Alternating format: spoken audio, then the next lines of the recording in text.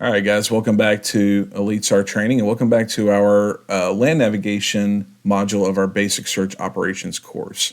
So for this next video, we're going to start talking about how we can orient a map to our location.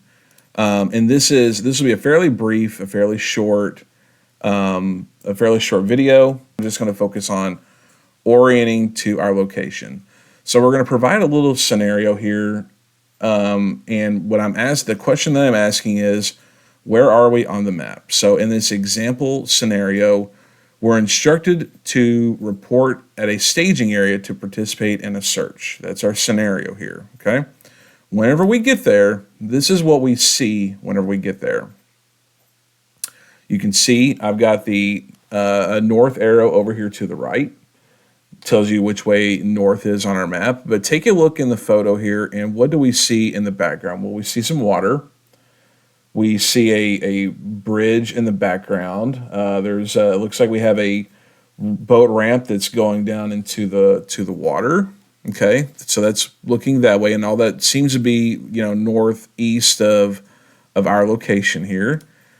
If we turn around and look behind us here, we see a levee. We see a levee here, and we see a road coming into it. Back here, we have a stop sign. We have some houses, and maybe even a hill. I don't know if those are tall trees or a hill back there behind us, but maybe even a hill behind us. So going back to our question, where are we on the map? Let's pull those two together. When arriving on a search, you should always orient yourself to the map of the search area and understand the terrain. What's to the north of our location? What's considered passable terrain? What's something that we can navigate through? What about to the west? What's the west look like? It's much more open, much more flat. If we look north, there's a river, but to our south and to our east, it's pretty rough looking terrain. It's pretty rugged looking. To the west, it's a much more wide open.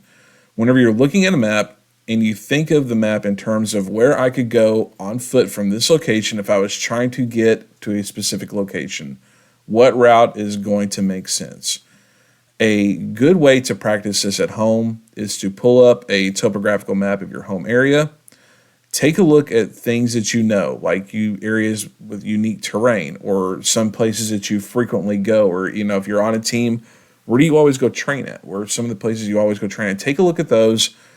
Try to find them on the map, and take the time to really study the stuff that and that helps. It draws your eyes later on to specific things on the map whenever you're entering a different scenario, maybe a different spot on the map that you're operating in, but you understand kind of what the map is telling you at that point because you've seen it firsthand. The more time you spend studying those maps, the more comfortable you will be in using them. The program that I've been sharing with you guys, the maps that I've generated, have come from a program called CalTopo. It's a free online map tool, and it's a very good tool for you to pull up on your computer, pull up on your phone. There's a mobile app for it as well.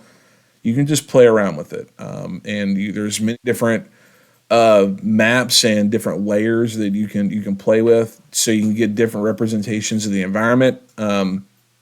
You can blend some things together, stack layers on top of each other, so that way you can create some really unique looks. It's a really useful tool.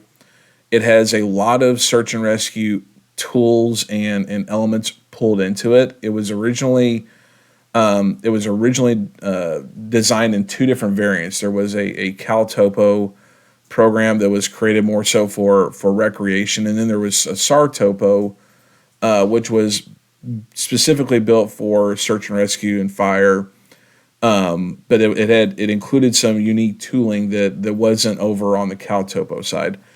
Over the years, they've merged those two together, and it's one tool now called CalTopo.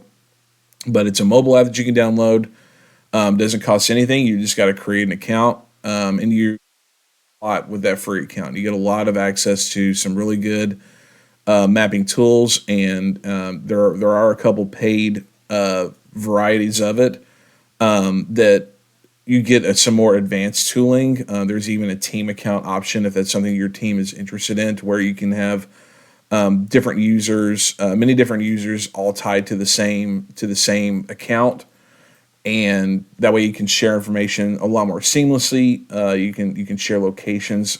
There's some really good live tracking components within the tool as well. All around, it's a very good tool. A lot of the search and rescue world is pushing towards using CalTopo just because there's so much potential opportunity with it. But go online, look up CalTopo. I'll drop a link in the description to the video to where you can go find it. But this is something that you can play around with. Pull up some topographical maps, get familiar with the things that you know, so that way whenever you go to someplace you don't, you have a good idea of what the map is trying to tell you. So again, this was a pretty short video on this one, so I appreciate you guys for walking. Here in the next video, we'll talk about going into plotting points on a map. So thanks for watching.